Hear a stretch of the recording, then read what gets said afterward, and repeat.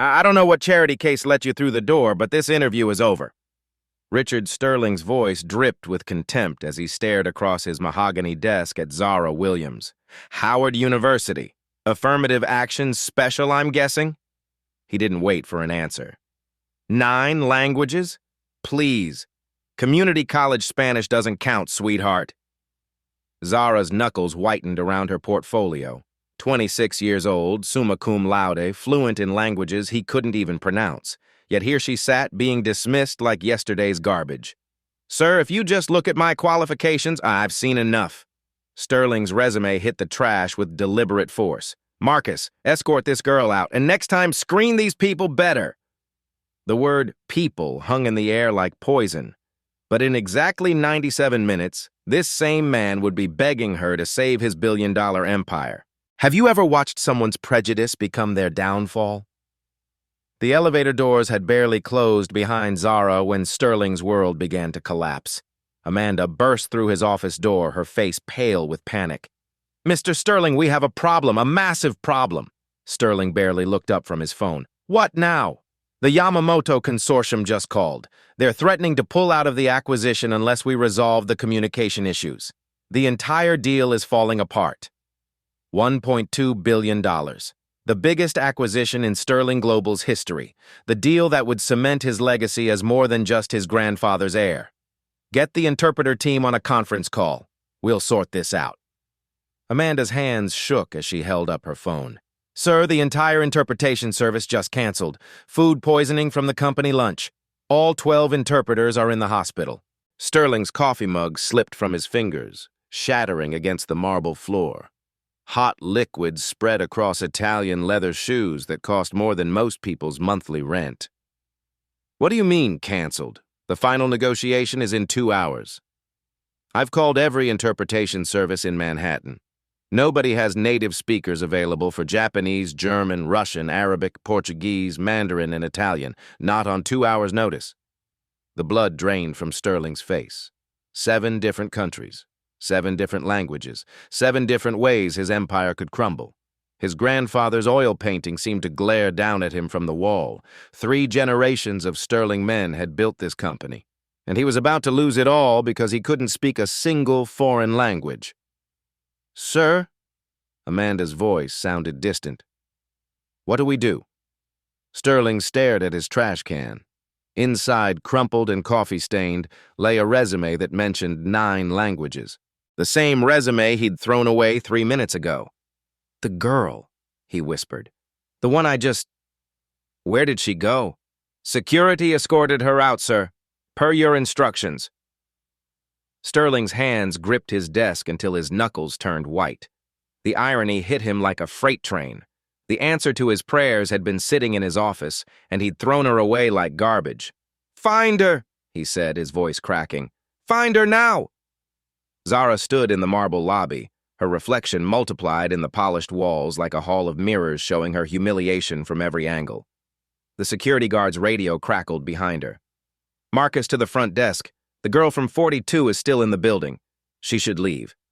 Walk out those glass doors and never look back." But something kept her frozen in place. Maybe pride, maybe the need to understand how someone could be so cruel. That's when she heard it. Sterling's voice, desperate and panicked, echoing through his office speakerphone. The door was still open from Amanda's frantic entrance. "Yamamoto-san is speaking too fast. I can't understand what he's saying. This deal is dying right now." Japanese voices poured through the speaker, rapid fire and increasingly agitated. Zara's head tilted instinctively. She'd spent 2 years in Kyoto, living with a host family who spoke no English. Her feet moved before her mind could stop them. "Excuse me." Her voice cut through the chaos as she appeared in Sterling's doorway. "I couldn't help but overhear." Sterling's face cycled through confusion, recognition, and desperate hope in 3 seconds. "You're still here?" "Mr. Yamamoto is saying the cultural integration clause violates traditional Japanese business protocols. He's concerned about losing face with his board if the ceremony doesn't honor proper hierarchies." The room went silent. Even the voices from Tokyo paused. Sterling's mouth fell open. You understood all of that?"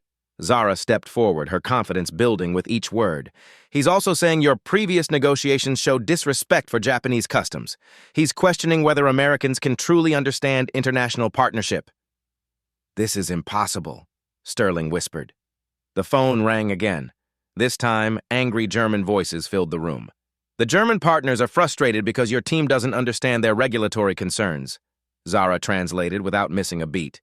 They're saying the compliance framework you proposed violates European Union banking laws. Sterling's legs gave out. He sank into his chair as if someone had cut his strings. Amanda stared at Zara like she'd just performed magic. How are you? Another call. Portuguese this time, voices from Sao Paulo crackling with indignation. The Brazilians are upset because they feel your team doesn't respect Latin American business culture, Zara translated seamlessly. They're saying yesterday's video call was culturally insensitive. Sterling's world tilted on its axis. The temp receptionist he'd dismissed as beneath his notice was casually translating complex international business disputes in real time. This can't be happening, he muttered. But it was, and it got worse. The Moroccan partners called next, their Arabic flowing through the speaker. Zara's response was immediate and confident. They're concerned about Islamic banking compliance. Your contract structure conflicts with Sharia law regarding interest and investment partnerships. Sterling's Harvard MBA suddenly felt like expensive toilet paper. 4 years of business school, and he'd never learned that different cultures had different banking laws. Sir, Amanda whispered, how is she doing this? Russian voices erupted from the speaker, formal and stern. The Russians are demanding guarantees about intellectual property protection, Zara continued, switching between languages like changing radio stations. They want assurance that American patent laws won't override their technology rights. Each translation hit Sterling like a physical blow. His international company had been conducting business like Americans speaking louder to foreigners. Make it stop, he whispered. But the phone rang again, Chinese voices this time. Zara's response was immediate, her cultural understanding evident in every phrase. The Chinese partners are reconsidering the entire relationship. They're saying Sterling Global doesn't demonstrate the cultural intelligence necessary for serious international business. Sterling looked at the woman he'd called worthless 30 minutes ago. She stood in his office, switching between 7 languages like a human interpreter with a PhD in cultural studies. Who are you? He breathed. Zara's eyes met his, and for the first time since entering his office, she smiled. I'm Zara Williams, summa cum laude from Howard University, fluent in 9 languages, and apparently the only person in this building who can save your billion-dollar empire. The silence stretched between them like a bridge neither wanted to cross first. Finally, Sterling spoke, his voice barely above a whisper. What do you want? Zara Williams wasn't supposed to be here. She was supposed to be in her grandmother's kitchen in Brooklyn, learning to braid hair and speaking only English. She was supposed to accept limitations, lower expectations, and make herself smaller.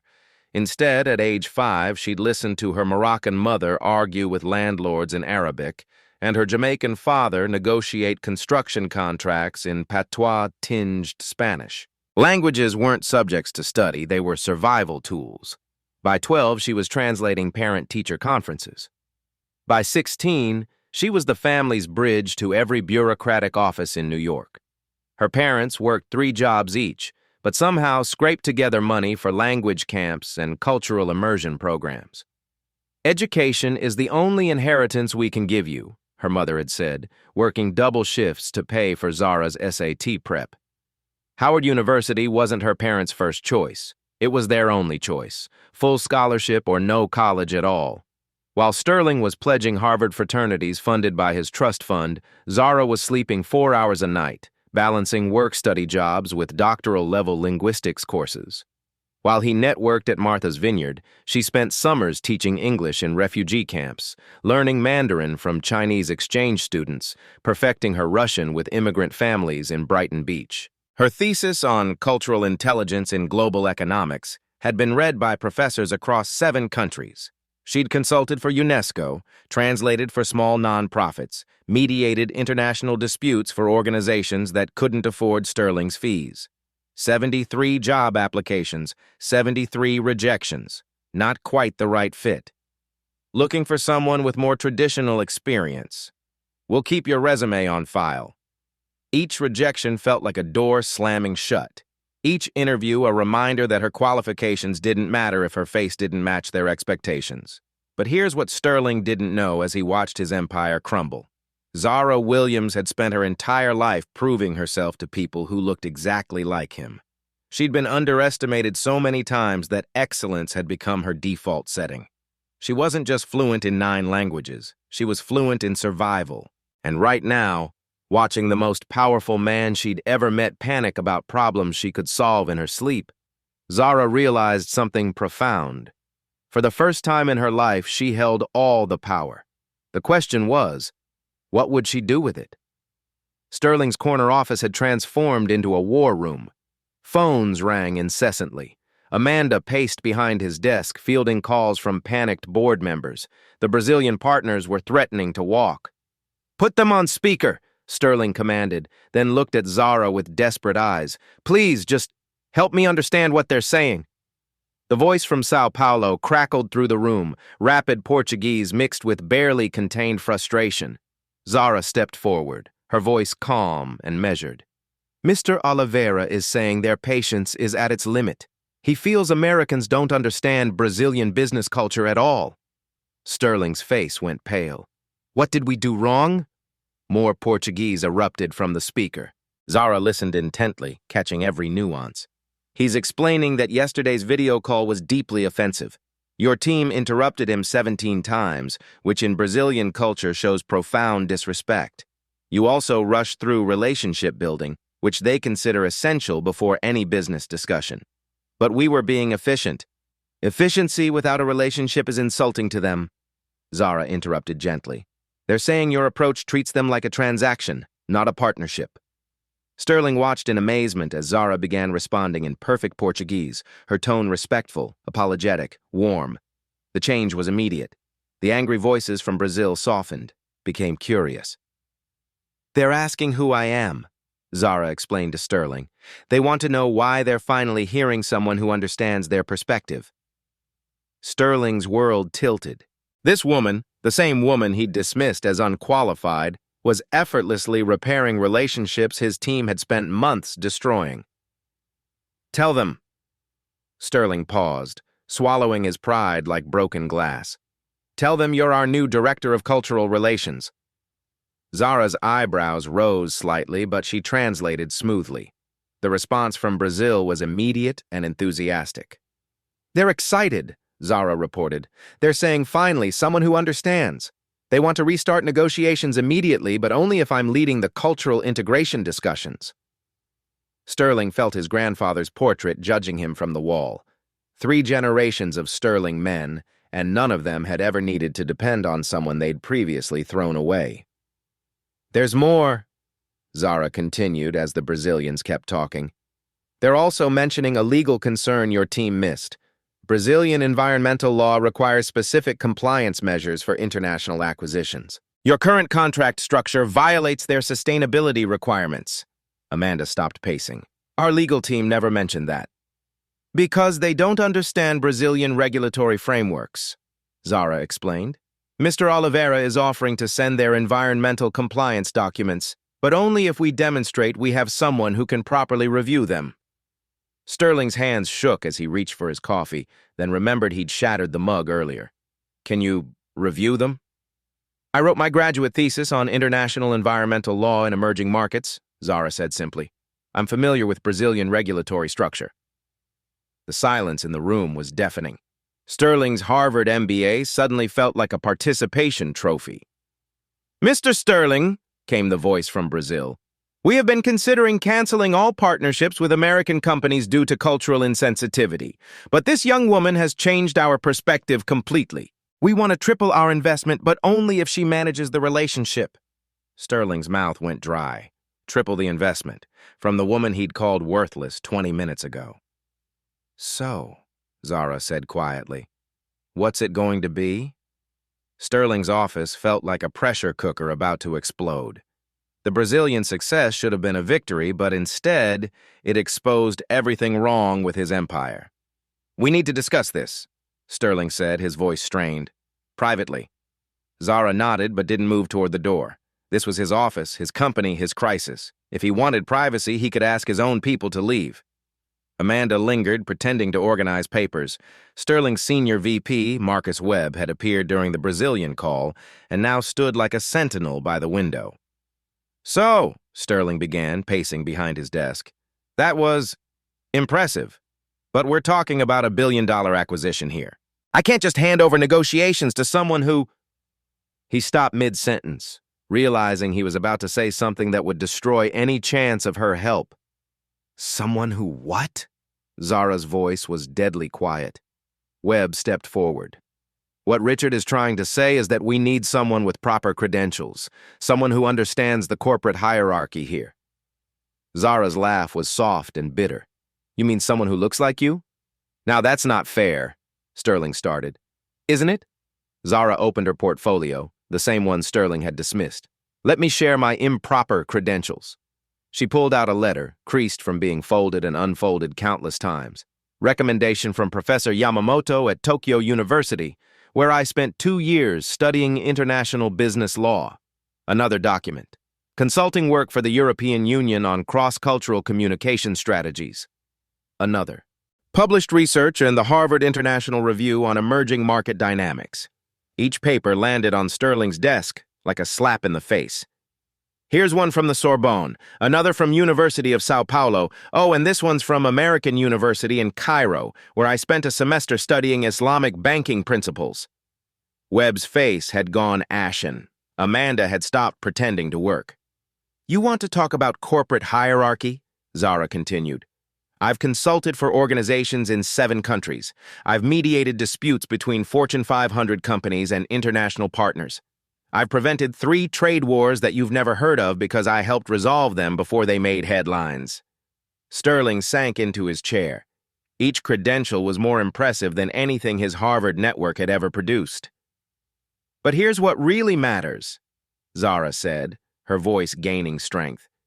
30 minutes ago, your company was about to lose the biggest deal in its history. Your team, your properly credentialed, appropriately hierarchical team, had managed to offend partners in 4 different countries.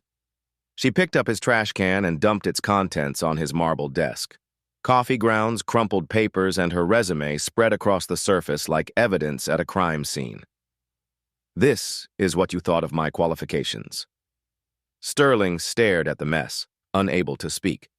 "I saved your Brazilian partnership. I identified legal issues your attorneys missed. I repaired cultural damage your team didn't even know they'd caused." Zara's voice never rose, but it filled the room like thunder.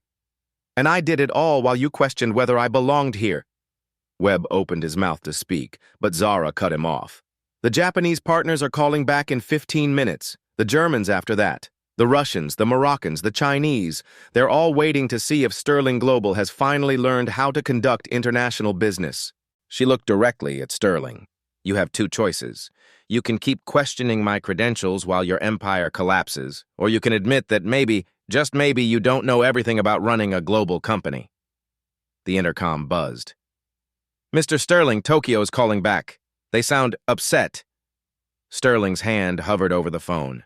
Everything he'd built hung in the balance. "What's it going to be?" Zara asked. Sterling's hand trembled as he reached for the phone. "Put them through." The conference room filled with voices from around the world. 7 screens flickered to life, showing faces from Tokyo, Berlin, Moscow, Casablanca, Beijing, Rome, and Sao Paulo. The United Nations of Sterling's empire, all waiting to see if he could save himself. "Yamamoto-san," Sterling began awkwardly, "I understand there were some cultural concerns?" The response was swift and brutal. Rapid Japanese filled the room, the tone unmistakably hostile. Zara stepped forward without invitation, speaking fluent Japanese with perfect cultural courtesy. The change was immediate. The angry Japanese voices softened, became curious, almost pleased. "What did you say?" Sterling whispered. "I introduced myself properly and expressed a sincere desire to learn about Japanese culture and business customs," Zara replied, never taking her eyes off the screen. The conversation continued in Japanese, Zara's responses growing more confident with each exchange. Sterling watched in fascination as his company's biggest partner began actually smiling. "Mr. Yamamoto says he's never worked with Americans who understood the importance of hierarchy in Japanese business. Zara translated. He's willing to restart negotiations, but wants assurance that future communications will respect their cultural protocols. Before Sterling could respond, the Germans interrupted with their own concerns. Sharp, precise words filled the room. Zara switched languages like changing gears in a race car, responding in flawless German. The German executive's stern expression cracked into something resembling approval. More rapid German followed. They're saying our previous legal framework was amateur hour, Zara reported. But they're impressed that someone finally understands European banking regulations. They want to expand the partnership if we can demonstrate continued cultural competency. Sterling's head spun as Zara moved seamlessly between languages. Russian to address concerns about intellectual property, Arabic to discuss Islamic banking compliance, Mandarin to reassure Chinese partners about technology transfer agreements. Each conversation revealed another catastrophic mistake his team had made. Each translation exposed another layer of his ignorance about international business. But something extraordinary was happening. The hostile voices were becoming collaborative. The suspicious faces were brightening with genuine interest. "Miss Williams," came the voice from Brazil, "you are the first American who truly understands our values," Zara translated, but Sterling could see she was editing. The original comment had been more pointed. "What did he really say?" Sterling asked. Zara hesitated. "He said I'm the first American who doesn't treat them like they're stupid." The words hit Sterling like a physical blow. How many partnerships had he damaged? How many opportunities had he lost because he'd never bothered to learn what respect looked like in other cultures? "There's something else," Zara continued as the international chorus of voices grew more animated. "They want to propose something new." She listened to the overlapping conversations, her head tilting as she processed multiple languages simultaneously. They want to create an international cultural business charter, a framework that honors each culture's business values while creating unified standards for global partnerships. Sterling's mouth fell open. "They want to work together? All of them?" "More than that," Zara said, her voice filled with wonder. "They want Sterling Global to lead the initiative. They're saying this is the future of international business." The same company that had been hours away from complete collapse was suddenly being asked to revolutionize global commerce. Sterling looked at the woman he'd dismissed as worthless. She stood in his conference room like a conductor leading an orchestra of nations, creating harmony where he'd only managed to create chaos. "How is this possible?" he whispered. Zara smiled for the first time since entering his building. "This is what happens when you actually listen." Sterling's private office felt different now. The oil paintings of dead white men seemed to watch with new interest as he closed the door behind them. His hands shook as he poured himself 3 fingers of scotch. "I need to say something," he began, his voice hoarse from 2 hours of international crisis management. "What you just did there, I've never seen anything like it." Zara remained standing, her portfolio still clutched against her chest like armor. 30 years I've been in this business," Sterling continued, staring into his glass. "Built this company on what I thought was expertise. Turns out I've been conducting international business like a tourist with a loud voice." He walked to his trash can, reached inside, and pulled out her crumpled resume. Coffee stains had turned the edges brown, but the words were still legible. "Summa cum laude, 9 languages, cultural competency certifications from 7 countries. He smoothed the paper carefully on his desk. "I threw this away without reading it." Zara's grip on her portfolio loosened slightly. "You know what the worst part is? I built my reputation on international deals. Harvard Business School case studies written about my global vision. But you just proved I don't know the first thing about working with other cultures." Sterling opened his desk drawer and pulled out a frame, expensive mahogany with gold corners. He placed Zara's resume inside and set it prominently on his desk. "I'm offering you the position of Director of International Cultural Strategy. Starting salary $180,000. Direct report to the board, your own team, your own budget." Zara's eyebrows rose. "That's more than the position I originally applied for. That position doesn't exist anymore. What you just did, that's bigger than anything we've ever attempted." Sterling's voice grew stronger. I want you to design cultural competency training for our entire senior staff. I want you to review every international contract we've ever signed. I want you to help me rebuild this company the right way." For the first time since entering his office, Zara sat down. "There's something else," Sterling continued. He pulled out a crystal award from his credenza, the Sterling Excellence Award, typically reserved for 20-year veterans. "I want you to present our new cultural integration strategy at the annual shareholders meeting next month. 500 investors, international media, Fortune 500 executives." Zara stared at the award. "Mr. Sterling, I appreciate—" "I'm not finished." He leaned forward, his eyes serious. "I want to establish the Sterling Global Cultural Excellence Center. I want your methodology taught in business schools. I want other companies to license your approach." The magnitude of his offer hung in the air between them. "Why?" Zara asked quietly. Sterling was quiet for a long moment.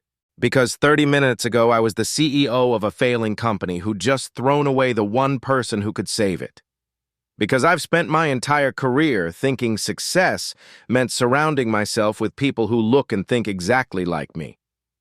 He gestured to the international flags now visible through his window. "You didn't just save my deals, Zara. You showed me what real leadership looks like." Zara's eyes glistened as she finally understood. She wasn't just getting a job. She was getting the chance to change everything. The executive break room on the 42nd floor was a world away from the chaos of international negotiations. Zara sat alone at the marble island, nursing a cup of coffee that had gone cold an hour ago. Her hands still trembled slightly from the adrenaline of saving Sterling's empire. The door opened quietly. Carmen, the evening cleaning supervisor, wheeled her cart inside, then stopped when she saw Zara. "Oh, I'm sorry, miss. I didn't know anyone was—" "Please don't apologize," Zara said quickly, switching to Spanish. "I was just taking a moment to breathe." Carmen's eyes widened at hearing her native language. "You speak Spanish?" "9 languages, actually." Zara gestured to the chair across from her. "Would you like to sit for a moment? You look tired." Carmen glanced toward the door nervously, then sat down. "I heard what happened today. The whole building is talking about the woman who saved Mr. Sterling's company." "That's me, I suppose?" Zara's voice carried no pride, just exhaustion. "I also heard how he treated you this morning, throwing your resume in the trash, calling security." Carmen's voice dropped to a whisper. "I've cleaned his office for 8 years. I've seen him do that to others like us." Zara looked up sharply. "Others like us?" Carmen pulled out her phone, showing Zara a photo of a graduation ceremony. "That's me receiving my doctorate in biochemistry from Universidad Nacional de Colombia. I came here 15 years ago, but my credentials aren't recognized, so I clean offices." The weight of those words settled between them like a stone. "Carmen, that's incredible. You're a scientist." "Was a scientist," Carmen corrected. "Here, I'm just the cleaning lady, but you proved that we belong in these boardrooms. You showed them that intelligence doesn't have a uniform." Zara felt tears building behind her eyes. "I was so focused on proving myself to Sterling, I never thought about everyone else watching." Carmen reached into her cart and pulled out a small paper flower, carefully folded from coffee shop napkins. "My daughter taught me this. She says when you throw away something beautiful, it doesn't stop being beautiful. It just waits for someone to notice." She placed the flower in Zara's palm. "You didn't just save his company today. You showed every Carmen, every Miguel, every Fatu in this building that our worth isn't determined by other people's blindness." Zara closed her fingers around the delicate creation. "What if I could change things? Not just for me, but for everyone." Carmen smiled, the first genuine smile Zara had seen all day. "Then maybe that man throwing away your resume was exactly what needed to happen. Sometimes the universe puts the right person in the right place at exactly the right moment." As Carmen wheeled her cart toward the door, she paused. "Your real work is just beginning, mija. Don't forget about us when you're changing the world." The paper flower felt impossibly light in Zara's palm, but somehow carried the weight of every dream deferred, every talent overlooked, every person dismissed because they didn't fit someone else's narrow definition of worth. The emergency board meeting was called for 7 p.m. By 6:30, Sterling's conference room looked like a war zone. Empty coffee cups littered the table. Phones rang constantly. The billion-dollar deal that had seemed saved was collapsing again. "Explain to me how we went from triumph to disaster in 4 hours," Sterling demanded, his voice hoarse from crisis management. Amanda's hands shook as she read from her notes. The Japanese and German partners had a cultural collision during the follow-up call, something about decision-making protocols. It escalated quickly. Zara studied the timeline on the whiteboard. Years of Sterling's cultural insensitivity had created a house of cards. One success wasn't enough to rebuild trust that had been systematically destroyed. "What exactly happened?" she asked. "The Germans wanted to streamline the decision process," Amanda explained.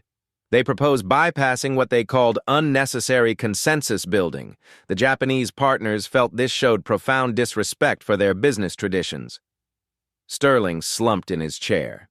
"So they're both pulling out? Worse. They're telling the other partners that Sterling Global doesn't understand international business fundamentals. The Russians are reconsidering. The Moroccans are demanding guarantees we can't provide. The Chinese are questioning our cultural competency." The door burst open. Dr. Elena Rodriguez, the only board member who had consistently supported diversity initiatives, strode in looking grim. "Richard, I just got off the phone with our biggest investors. They're panicking. Stock price is down 12% in after-hours trading. The media is calling it Sterling's billion-dollar blunder." Sterling's face went ashen. "How bad is it?" "Bad enough that 3 board members are calling for your removal as CEO." The words hung in the air like a death sentence. Sterling had inherited this company from his grandfather and built his entire identity around being its leader. Now it was crumbling because he'd never learned to see beyond his own cultural bubble. "There's something else," Rodriguez continued, looking directly at Zara. "The international partners aren't just angry about today's miscommunication. They're furious about years of feeling disrespected by our company's approach to international business." Zara stood up slowly. "What are they saying specifically?" "Sterling Global treats international partnerships like colonial relationships, that we expect them to adapt to American business culture without ever trying to understand theirs." The accusation hit Sterling like a physical blow. His grandfather's portrait on the wall suddenly looked less like inspiration and more like indictment. "They want proof that we've fundamentally changed our approach," Rodriguez continued. "Not just better translation, but complete cultural transformation." Sterling looked at Zara with desperate eyes. "Can you fix this?" Zara was quiet for a long moment, processing the magnitude of the challenge. "Mr. Sterling, this isn't about fixing a communication problem. This is about rebuilding trust that's been broken over years of cultural arrogance." "How long do we have?" Sterling asked. "The partners are meeting virtually in 1 hour to decide whether to continue negotiations," Amanda reported. "If they walk, the deal dies permanently." Zara walked to the whiteboard and began sketching a complex diagram. "I need to create something that's never been done before, a comprehensive cultural integration framework that addresses each partner's specific concerns while creating unified business standards." "Is that even possible?" Rodriguez asked. "I don't know," Zara admitted, "but it's our only chance." For the next 45 minutes, Zara worked with intense focus. She created detailed protocols for Japanese consensus building that satisfied German efficiency requirements. She designed decision-making frameworks that honored Russian formality while embracing Brazilian relationship building. She integrated Islamic banking principles with Chinese technology transfer concerns. Sterling watched in amazement as she constructed a business model that treated cultural differences as competitive advantages rather than obstacles to overcome. "This is brilliant," Rodriguez whispered, studying the framework. "You're not just solving communication problems, you're creating a new model for international business." At 7:45, the video conference began. 7 screens filled with the faces of partners who had built Sterling Global's international empire. Now they looked like judges preparing to deliver a verdict. "Ladies and gentlemen," Zara began, her voice steady despite the enormous pressure. "I want to apologize for years of cultural insensitivity from Sterling Global. Today's miscommunication wasn't an isolated incident. It was the inevitable result of an American company that never learned to truly respect international partnership. The faces on screen remained impassive. But I'm here to propose something revolutionary. Not just better communication, but a complete transformation of how international business is conducted. She presented her cultural integration charter, explaining how each element honored specific cultural values while creating synergy across partnerships. The Japanese consensus model that improved German efficiency. The Russian formality protocols that enhanced Brazilian relationship building. The Islamic ethical frameworks that strengthened Chinese technology partnerships. As she spoke, something extraordinary happened. The suspicious faces began showing interest. Partners started asking questions that built on each other's concerns. The adversarial dynamic transformed into collaborative problem-solving. This is not theoretical, Zara concluded.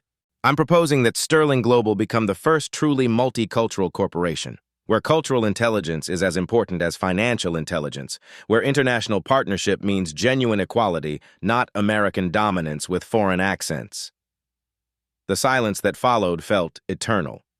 Finally, Mr. Yamamoto from Tokyo spoke. Miss Williams, in 30 years of international business, I have never seen such comprehensive cultural understanding from an American company. The German representative nodded slowly. This systematic approach to cultural integration addresses every concern we've raised over 5 years of partnership. One by one, the international partners endorsed not just continuing the deal, but expanding it. They wanted to license Zara's framework. They wanted to create joint ventures based on her model. They wanted Sterling Global to lead a transformation of international business practices. Sterling sat speechless as his failing company was suddenly offered the opportunity to revolutionize global commerce. There's one condition, the Brazilian partner added. Miss Williams must be given complete authority over all international relationships. No more American arrogance disguised as efficiency. All eyes turned to Sterling. The same man who had thrown Zara's resume in the trash 8 hours ago was being asked to make her the most powerful person in his company. Done, he said without hesitation. Rodriguez leaned over and whispered, Richard, do you understand what just happened? You didn't just save the company. You just became the leader of a business revolution. Sterling looked at Zara, who was calmly fielding questions from 7 different countries in 7 different languages, and realized that his grandfather's company had just evolved into something far greater than anything 3 generations of Sterling men had ever imagined. The woman he'd dismissed as worthless had just made him the most important CEO in international business. 1 month later, the Plaza Hotel's grand ballroom buzzed with anticipation. 500 of the most powerful people in international business had gathered for Sterling Global's annual shareholders meeting. But today wasn't about quarterly reports or stock performance. Today was about transformation. Zara stood backstage, adjusting the microphone clipped to her blazer. Through the curtain, she could see faces that had once been unimaginable to her. Fortune 500 CEOs, international investors, business school deans, financial journalists from around the world. Are you ready for this? Dr. Rodriguez appeared beside her, wearing the satisfied smile of someone who had bet on the right horse. As ready as someone can be to address the people who would have thrown out my resume a month ago, Zara replied. Times change. People change. Sometimes they have to. The lights dimmed in the ballroom. Sterling walked onto the stage, but his usual commanding presence was replaced by something humbler, more authentic. Ladies and gentlemen, 35 days ago, I made the most expensive mistake of my career. His voice carried across the silent room. I dismissed someone without reading her qualifications. I let prejudice cloud my judgment, and I nearly destroyed everything my family built over 3 generations. Murmurs rippled through the audience. This wasn't the typical corporate presentation they'd expected. That mistake almost cost us a billion-dollar acquisition. But more importantly, it almost cost us the opportunity to evolve into something better than we ever imagined possible. He gestured toward the wings. Today, I want to introduce you to the woman who didn't just save Sterling Global. She revolutionized how we think about international business. Zara walked onto the stage to polite applause that grew stronger as Sterling continued. Zara Williams was rejected by 73 companies before she walked into my office, including mine. We saw her resume and made assumptions based on her university, her background, her appearance. We were all wrong. The applause stopped. The room had gone completely silent. Sterling's voice grew stronger. In the past month, Zara's cultural integration framework has been implemented by 17 Fortune 500 companies. Harvard Business School is developing an entire curriculum around her methodology. The International Chamber of Commerce wants to make her approach the global standard for cross-cultural business. He turned to Zara. But tonight, she's going to tell you something that will change how you think about talent, opportunity, and what real leadership looks like. Zara stepped to the podium, looking out at an audience that represented the pinnacle of American business power. A month ago, most of these people wouldn't have given her a second glance. Thank you, Mr. Sterling, but before I begin, I want you to know that this speech will be different from what you're expecting. She pressed a button on her remote. The screen behind her showed a simple photograph, her resume, crumpled and coffee-stained, sitting in Sterling's trash can. This is where my qualifications ended up 35 days ago. Summa cum laude from Howard University, fluent in 9 languages, research published in international journals. All of it was dismissed in 30 seconds because it didn't match someone's expectations. The audience shifted uncomfortably. But I'm not here to shame anyone. I'm here to show you what you're missing when you make decisions based on assumptions rather than evidence. She clicked to the next slide. A world map highlighting Sterling Global's new international partnerships. In the past month, our cultural integration framework has increased international partnership satisfaction by 89%. Revenue from global operations is up 43%. We've prevented 7 potential trade disputes that could have cost billions in lost business. The numbers spoke louder than any accusation. But here's what's more important. She clicked again. The screen showed photographs of people, Carmen in a laboratory coat, Miguel in a boardroom presenting to executives, Fatu meeting with African business leaders. Carmen has a doctorate in biochemistry from Columbia. For 8 years, she cleaned offices because her credentials weren't recognized. Today, she leads our environmental compliance division. The audience began paying closer attention. Miguel has a master's in international economics from Mexico City. He worked security for 6 years. Now he manages our Latin American partnerships. Another photo appeared. Fatu has degrees in international relations from Senegal and speaks 5 languages. She served food in our cafeteria. Today, she's developing our African market expansion strategy. Zara let the implications settle over the room. Ladies and gentlemen, talent doesn't have a pedigree. Excellence doesn't come with the right accent or the right zip code. The most expensive mistake in business isn't a bad investment. It's overlooking genius because it doesn't match your expectations. She clicked on a new slide showing statistics. In the past month, Sterling Global's Hidden Talent Initiative has identified 47 employees working below their qualifications, 47 solutions to problems we didn't even know we had. The applause started slowly, then built as the implications became clear. We're not just changing hiring practices. We're changing how we see potential. We're proving that diversity isn't charity, it's competitive advantage. Sterling watched from the side of the stage as his company's transformation was documented in real time. Financial journalists were taking notes, business school professors were recording her speech, competitor CEOs were calculating how quickly they could implement similar programs. The cultural integration framework isn't just about language translation, Zara continued. It's about recognizing that different perspectives create better solutions. That cultural intelligence is as valuable as financial intelligence, that the future belongs to organizations brave enough to look for talent everywhere, not just in the places they've always looked. She clicked to her final slide. A simple quote in multiple languages, all saying the same thing. Excellence has no nationality.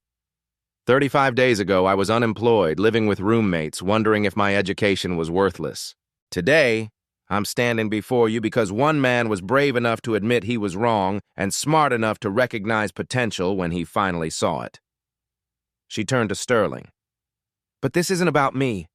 This is about every qualified person sitting in every reception area, cleaning every office, serving every meal, who has skills we desperately need but refuse to see.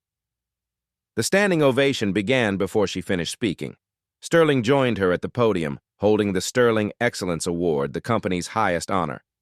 "Ladies and gentlemen," he announced, "I'm proud to present the first annual Sterling Global Cultural Innovation Award to Zara Williams, our Chief Cultural Integration Officer and the architect of the future of international business." As Zara accepted the Crystal Award, cameras flashed throughout the ballroom. Tomorrow, her story will be featured in business publications around the world. Harvard would offer her a teaching position. 3 competing companies would try to recruit her. But tonight, holding Carmen's paper flower in her pocket and looking out at an audience that finally saw her worth, Zara Williams understood that the real victory wasn't personal recognition. It was proof that when one door opens for someone like her, it becomes easier for the next person to walk through. 6 months later, Zara stood before the United Nations General Assembly, addressing delegates from 193 countries. The girl who had been dismissed from a job interview was now speaking about economic inclusion on the world's biggest stage. "Excellencies, distinguished delegates," she began, her voice carrying the same quiet confidence that had saved Sterling Global. "Today I want to talk about the most wasteful form of economic inequality, the systematic overlooking of human potential." In the audience, Sterling watched with genuine pride. His company's stock had reached all-time highs. The cultural integration framework was now taught in business schools across 4 continents. But more importantly, he had learned to see talent where he'd never looked before. The Williams Protocol, as Harvard Business School had named it, was being implemented by 68 multinational corporations. Carmen's biochemistry research had led to 3 breakthrough patents. Miguel's economic insights had opened markets in 7 Latin American countries. Fatu's cultural intelligence had prevented 2 international trade disputes. "But this isn't just a business story," Zara continued from the UN podium. "This is about recognizing that excellence exists in every community, every background, every circumstance. The question isn't whether talent is evenly distributed, it is. The question is whether there will be an opportunity." She clicked a slide showing statistics that made delegates lean forward in their seats. In the past 6 months, companies using cultural integration protocols have identified over 2,000 employees working below their qualifications, 2,000 solutions to problems we didn't even know we had, 2,000 examples of potential waiting to be recognized. The numbers told a story of systematic waste. Brilliant minds cleaning offices, multilingual experts serving food, innovative thinkers driving delivery trucks, not because they lacked ability, but because they lacked opportunity. "Right now, someone brilliant is being overlooked in your office, your community, your daily life," Zara said, her voice growing stronger. "The person cleaning your building might have advanced degrees. The person serving your coffee might speak 5 languages. The person you walk past every day might have exactly the skills your organization desperately needs." In conference rooms around the world, executives were watching the live stream, taking notes and calculating the cost of their own blind spots. Sterling's phone buzzed constantly with interview requests. But the real measure of success was the email he'd received that morning from a janitor at Goldman Sachs, a former engineering professor from Syria who wanted to know if Sterling Global was still looking for overlooked talent. That evening, Sterling sat in his office looking at Zara's framed resume on his desk, the same resume he'd thrown away 6 months ago.